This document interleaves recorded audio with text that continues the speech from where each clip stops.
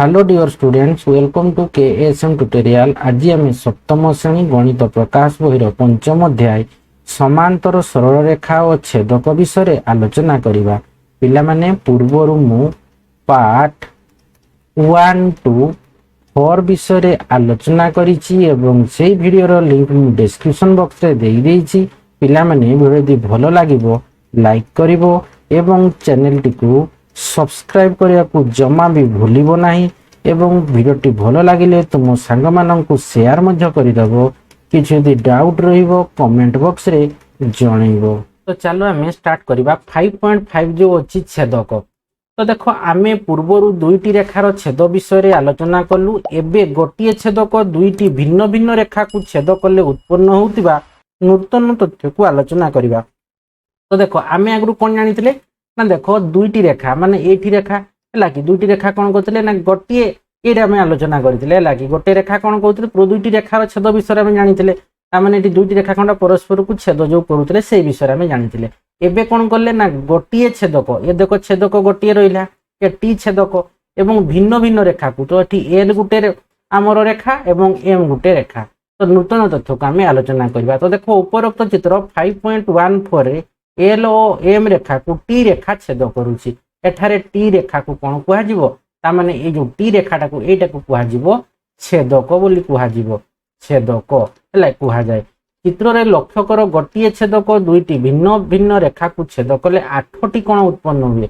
तो देखो एटी गोटे कोण दुईटा कोण एई कोणटा एई कोणटा एई कोणटा एई कोणटा चारटा कोण आसी गला पुनी 5 कोण 6 कोण 7 कोण 8टी कोण उत्पन्न होछि कि नै 8टी कोण उत्पन्न होछि। तो आसो आमे चिंता करिबा एही परिस्थिति रे उत्पन्न 8टी कोणर परिमाण भिन्न कि जदि भिन्न तेबे काहेकि जदि भिन्न नुहे तेबे काहेकि हैला कि केउ कोण जोड़ीर परिमाण समान कारण सह कुह।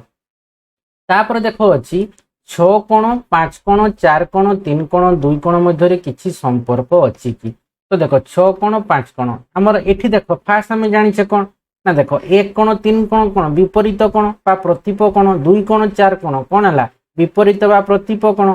ठीक से परि 5 कोण 7 कोण विपरीत बा प्रतिप कोण 6 कोण आ 8 कोण होची विपरीत बा प्रतिप कोण। आउ कोन जानिथिले ना एई हमर 3 कोणटा देखो एई 3 कोण आ 6 कोण ए माने कोन छेदकर एकपार्श्वस्थ अंतस्थ कोण कि नै। ठीक से परि 4 कोण 5 कोण छेदकर एकपार्श्वस्थ अंतस्थ कोण बुझी हला। आउ कोन जानिथिले देखो एठी आमे आउ भी जाने आउटे देखो 1 कोण ए 1 कोण आउ एठी हमर 5 कोण ए माने अनुरूप कोण 2 कोण आउ 6 कोण अनुरूप कोण। ठीक से परि कहबा 4 कोण आउ 8 कोण अनुरूप कोण 3 कोण आउ 7 कोण अनुरूप कोण। एई तो सब विषय में जानि छे कि नै। तो देखो से विषय आमे आलोचना करबा। तो देखो एठे कहिछि चित्र 5.1 रे 1 कोण आउ 3 कोण द्वय परस्पर प्रतिप कोण एवं सेगुडिकर परिमाण समान। तो देखो एठी 1 आउ 3 कोण माने एई कोणटा कोण प्रतिप कोण 2 कोण 4 कोण प्रतिप कोण बा विपरीत कोण।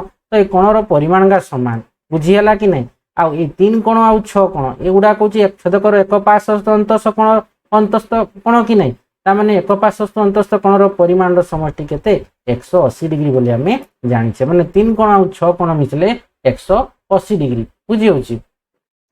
तो देखो तापर कहिछि सही चित्र रे एपरि अन्य किछि प्रतिप कोण अछि कि हां अछि।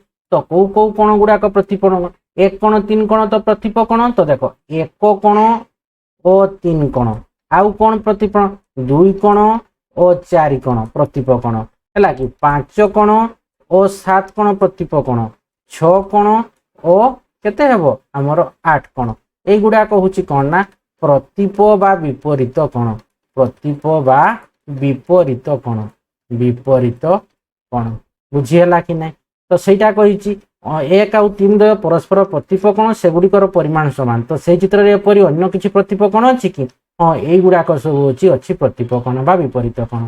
चित्र को अनुध्यान कले 4 जोड़ा प्रतिप कोण थिबार आमे देखिबा एवं प्रत्येक जोड़ीर कोण द्वयर परिमाण समान। ता माने 1 कोणर परिमाण 3 कोण सहित समान 2 कोणर परिमाण 4 कोण सहित समान 5 कोणर परिमाण 7 कोण सहित समान 6 कोणर परिमाण 8 कोणर परिमाण सहित समान कोण द्वयर परिमाण समान। प्रत्येक जोड़ी ता माने 1 आउ 3 जोड़ी 2 आउ 4 जोड़ी 5 आउ 7 जोड़ी 6 आउ 8 जोड़ी प्रत्येक जोड़ीर कोण द्वयर परिमाण मध्य समान। ତେଣୁ ଗୋଟିଏ ଛେଦକ ଦୁଇଟି ଭିନ୍ନ ରେଖାକୁ ଛେଦ କଲେ ଉତ୍ପନ୍ନ 8ଟି କୋଣ ମଧ୍ୟରୁ ସର୍ବାଧିକ 4ଟି ନିର୍ଦ୍ଦିଷ୍ଟ ପରିମାଣର କୋଣ ମିଳିଥାଏ। ତେଣୁ ଗୋଟିଏ ଛେଦକ ଯେତେବେଳେ ଆମେ ଛେଦ କରୁଛୁ ତ କେତୋଟି ଉତ୍ପନ୍ନ 8ଟି କୋଣ ମିଳୁଛି, ସର୍ବାଧିକ 4ଟି ନିର୍ଦ୍ଦିଷ୍ଟ ପରିମାଣର କୋଣର ପରିମାଣଟା କ'ଣ ନିର୍ଦ୍ଦିଷ୍ଟ 4ଟି। ଏ ଦେଖ 1 2 3 4 4ଟି ଯୋଡ଼ା ଅଛି କି ନାହିଁ, ତାମାନେ 4ଟି ନିର୍ଦ୍ଦିଷ୍ଟ କୋଣର ମାନେ ଏଠି এই কোণର ଏ କୋଣର ଏ ଯୋଡ଼ାର ପରିମାଣ ସମାନ, ଠିକ ସେହିପରି এই ଯୋଡ଼ାର ପରିମାଣ ସମାନ, এই ଯୋଡ଼ାର ପରିମାଣ ସମାନ, ଟୋଟାଲ କେତେଟି ମାନେ 4ଟି କୋଣର ପରିମାଣ ସମାନ ମିଳୁଛି କି ନିର୍ଦ୍ଦିଷ୍ଟ ପରିମାଣର କୋଣ ମିଳିଥାଏ। ତାମାନେ 1 କୋଣ 3 କୋଣ ପରିମାଣ ସମାନ ସେ ଗୋଟେ କୋଣ ମିଳିଲା, 2 କୋଣ 4 କୋଣର ପରିମାଣ ସମାନ ସେ ଗୋଟେ କୋଣର ପରିମାଣ ମିଳିଲା, 5 କୋଣ 7 କୋଣର ପରିମାଣ ସମାନ ସେ ଗୋଟେ କୋଣର ପରିମାଣ ମିଳିଲା, ଏବଂ 6 କୋଣ 8 କୋଣର ପରିମାଣ ସମାନ ମାନେ ସେଠି ଗୋଟେ କୋଣର ପରିମାଣ ମିଳିଲା। ତାମାନେ 4ଟି ନିର୍ଦ୍ଦିଷ୍ଟ କୋଣର ପରିମାଣ ମିଳିଲା କି ନାହିଁ। तो एबे हम देखो 5.6 रे जो रही अनुरूप कोण से विषय आलोचना करबा। तो चित्र 5.14 रे आमे लक्ष्य कलु जे छेदक टी द्वारा दुईटी सेट रो कोण गुडी को सृष्टि हैला, गोटिए एल रेखा सह अन्य सेट टी एम रेखा सह। प्रथम सेट रो प्रत्येक कोण पई द्वितीय सेट रो अवस्थान अनुसार अनुरूप कोण मिली थाए। ता माने 1 और 5 द्वय को अनुरूप कोण कहा जाए। मु टिके आगु कहली सेहीपरि जेतेबेले छेदक टी रेखाद्वय एल और एम को छेद करे 2 आउ 6 कोण 3 आउ 7 कोण 4 आउ 8 कोण मध्ये अनुरूप जोड़ हंती। ता माने एक कोण और केते आसला 5 कोण हैला कि, एक कोण संगे किए 5 कोण, ठीक 2 कोण संगे किए 6 कोण हैला कि, 2 कोण और 6 कोण, ठीक सेहीपरि 3 कोण और 7 कोण, आ गुटे किए रहिला 4 कोण और 8 कोण। एगुड़ाक सब हूँ आम कह अनुरूप कोण जोड़ी है कि, अनुरूप कोण जोड़ी ता माने एक कोणर परिमाण आमर 5 कोणर परिमाण कौन समान माने अनुरूप कोण जोड़ी हे 1 कोण और 5 कोण जोड़ी है कि, ठीक से आम कहीपर 2 कोण सहित किए 6 कोण समान 6 कोणर अनुरूप जोड़ी, 2 कोणर अनुरूप जोड़ी किए 6 कोण, 3 कोणर अनुरूप जोड़ी किए 7 कोण, 6 कोण और 8 कोण हूँ अनुरूप कोण। बुझीगला अनुरूप कोण जोड़ी। तो देखो शिक्षण कार्य 3 को जीवा। तो आसो आमे एपरी दुईटी रेखा अंकन करिबा जेपरी एक छेदक छेद कले उत्पन्न होउतिबा 8टी कोणरू दुईटी निर्दिष्ट कोण हेबो। तो सोपान 1 गोटिए एल गोटिए रेखा एल अंकन करो एवं छेदक टी एही रेखा को एक्स बिंदु रे छेद करू। तो एटी एल रेखा एटा होची छेदक किए ये रहिला छेदक, ए रहिला छेदक हैला कि, टी छेदक ये रहिला रेखा खंड हैला। ता माने एल रेखा को टी छेदक एक्स बिंदु रे छेद करूची, एटा सोपान 1। सोपान 2 को जीवा। तो एल और टी रेखा द्वारा सृष्टि होउतबा देखो एल आउ टी रेखा द्वारा सृष्टि होउतबा कोणर परिमाण को आमे ए नेबा।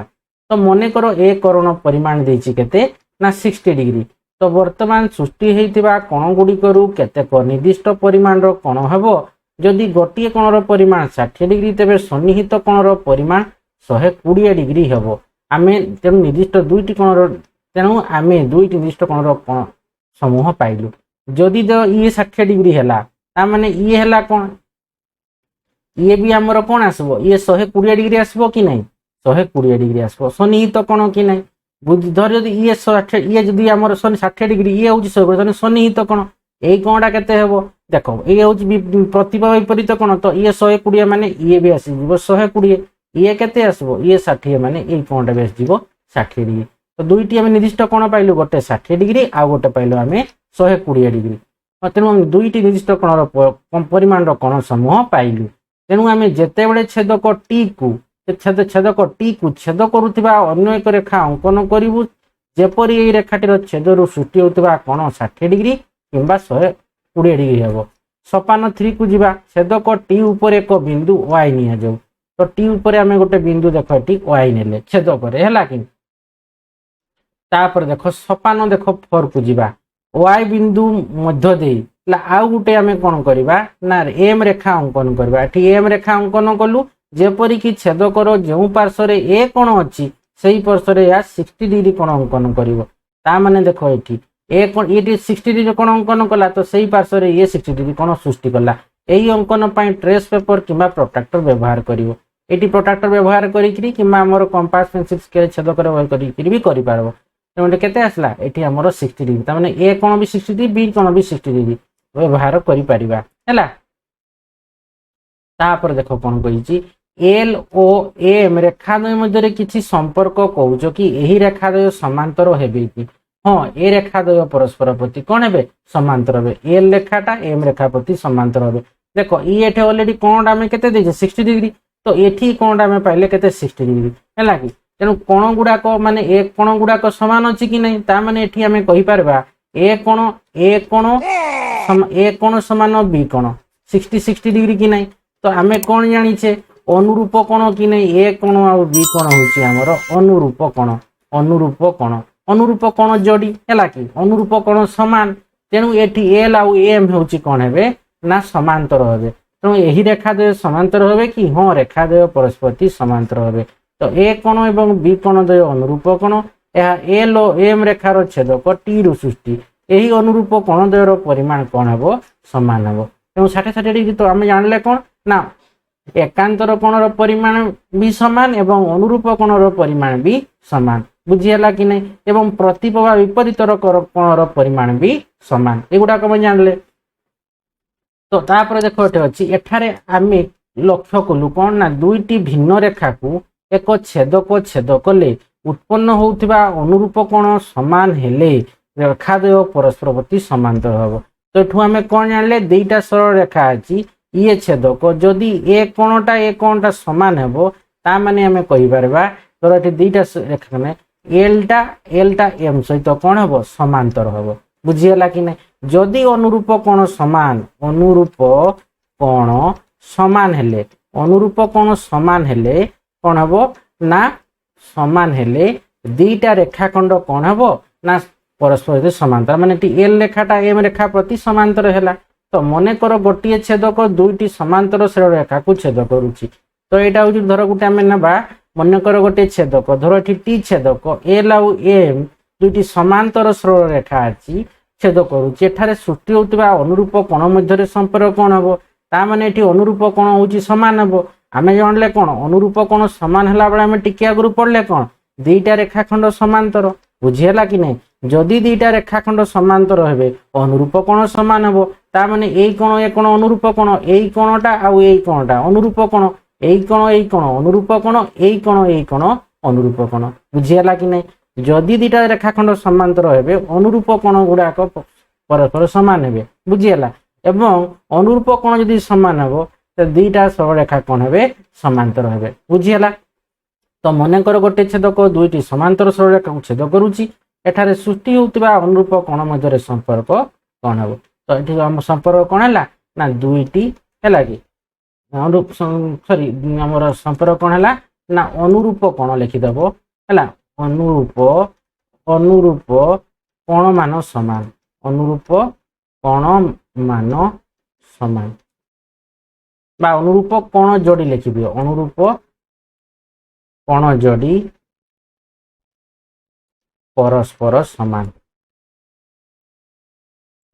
समान बुझीगला तो देख शिक्षण कार्य 4 रे कही चित्र 5.19 रे एल एम दुईटी समांतर सरल रेखा समांतर रेखा पाई सूचित संकेत लक्ष्य कल कि तो देख समांतर रेखा पाई है कि आम सूचित संकेत कौन है तो देख एठी दुईटा सरल रेखा समांतर ताने एठी एल 5.19 अच्छी ना 5.19 कौड़े गला ये तो देख यहीटा आमर समांतर है कि समांतर चिन्ह यहाँ तो एल एम दुईटी समांतर सरल रेखा समांतर रेखा पाई सूचित संकेत लक्ष्य कल कि टी रेखा समांतर सरल रेखा को छेद करुच्ची ताने टी हूँ छेदक एल आउ एम सरल रेखा दुईटा कौन हो परस्पर समांतर तो एथिर उत्पन्न कोण द्वय हेले ए कोण आउ बी कोण तो एमाने अनुरूप कोण गोटे ट्रेस पेपर व्यवहार करी ए रो कोणर परिमाण को सूचित कर सूचित होइतिबा ट्रेस पेपर को बी कोण उपरे रख एवं लक्ष्य कर ए कोण बी कोणर परिमाण समान तामाने ए कोणर परिमाण समान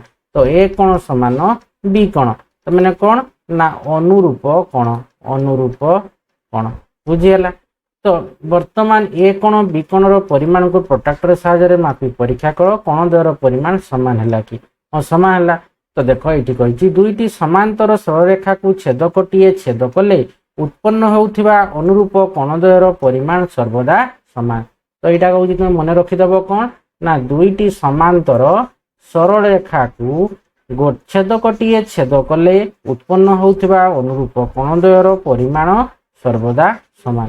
এইটা আমি জানলে এটা হচ্ছে ইম্পর্টান্ট ହେଲା କି ମନେ ରଖିଦେବ। ତାପରେ ଦେଖ କ'ଣ ଅଛି ଶିକ୍ଷଣ କାର୍ଯ୍ୟ 5 କୁ ଯିବା। ତ ଦେଖ ଏଠି କହିଛି ଚିତ୍ର 5.20 ରେ ଏଲ୍ ଓ ଏମ୍ ସରଳରେଖାକୁ ଛେଦ କରୁଥିବା ଏକ ଛେଦକ ଟି ଅଙ୍କନ କର ଯେପରି ଉତ୍ପନ୍ନ ହେଉଥିବା ଅନୁରୂପ କୋଣ ଗୁଡ଼ିକର ପରିମାଣ ସମାନ ହେବ। କୋଣର ପରିମାଣ ମାପିବା ପାଇଁ ପ୍ରୋଟ୍ରାକ୍ଟର ବ୍ୟବହାର କରିବ। ତ ଏଠି ଏଲ୍ ଆଉ ଏମ୍ ଅଛି କ'ଣ ଏଇଟା ଆମର କ'ଣ ଅଛି ସରଳରେଖା ଏଲ୍ ଆଉ ଏଠି ସମାନ୍ତର ନୁହନ୍ତି ଦେଖ ହେଲା, କିନ୍ତୁ ରେଖାକୁ ଛେଦ କରୁଥିବା ଟି ଛେଦକ ଟି ଗୋଟେ ଆମେ ଧର ଛେଦକ ଆମେ ଏଠି ଅଙ୍କନ କରିବା ହେଲା, ତା ନ ଦେଇଦେବା ହେଉଛି କ'ଣ ଟି।